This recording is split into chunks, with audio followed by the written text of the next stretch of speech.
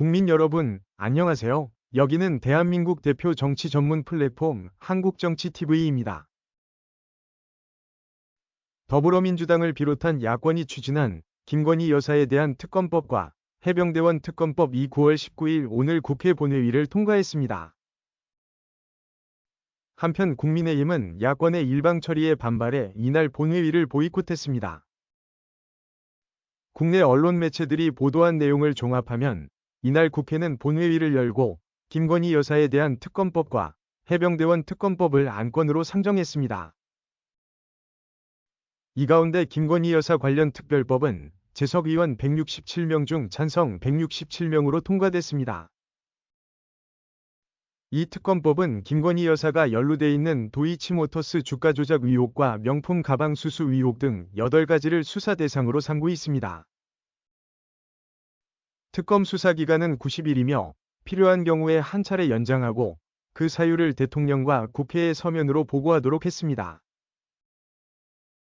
민주당 등 5개의 야당이 공동 발의한 해병대원 특검법도 재석 의원 170명 중 찬성 170명으로 가결됐습니다. 이 해병대원 특검법은 대법원장이 특검 후보 4명을 추천하고 민주당과 비교섭단체 야당이 이 가운데 2명을 선택하도록 정하고 있습니다. 대통령은 야당이 선택한 2명이 특검 후보 가운데 1명을 임명하게 됩니다.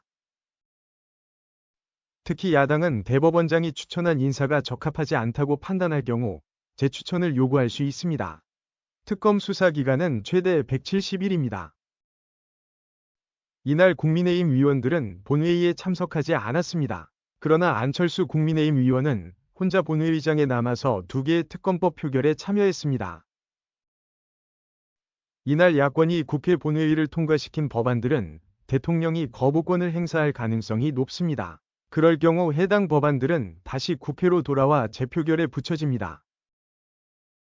이와 관련해서 추경호 국민의힘 원내대표는 민주당의 일방적인 처리로 무리하게 통과된 법안들이라고 주장했습니다. 그리고 저희는 대통령께서 제2요구권 행사를 해주실 것을 강력히 권해드린다고 밝혔습니다. 반면에 민주당은 대통령이 거부권을 행사할 것으로 보고 오는 9월 26일 본회의에서 재의결을 추진한다는 방침입니다. 이에 대해 윤종군 민주당 원내대변인은 이날 기자들과 만나 대통령이 해외 순방 중인데 언제 거부권이 행사되는지에 따라 재의결 시점이 정해질 것이라고 말했습니다. 한국정치TV는 국내 최초로 탄생한 중립적, 객관적, 과학적, 불편부당한 독립정치 미디어입니다. 여러분의 구독과 알림, 자발적인 후원은 채널의 제작과 운영에 큰 힘이 됩니다.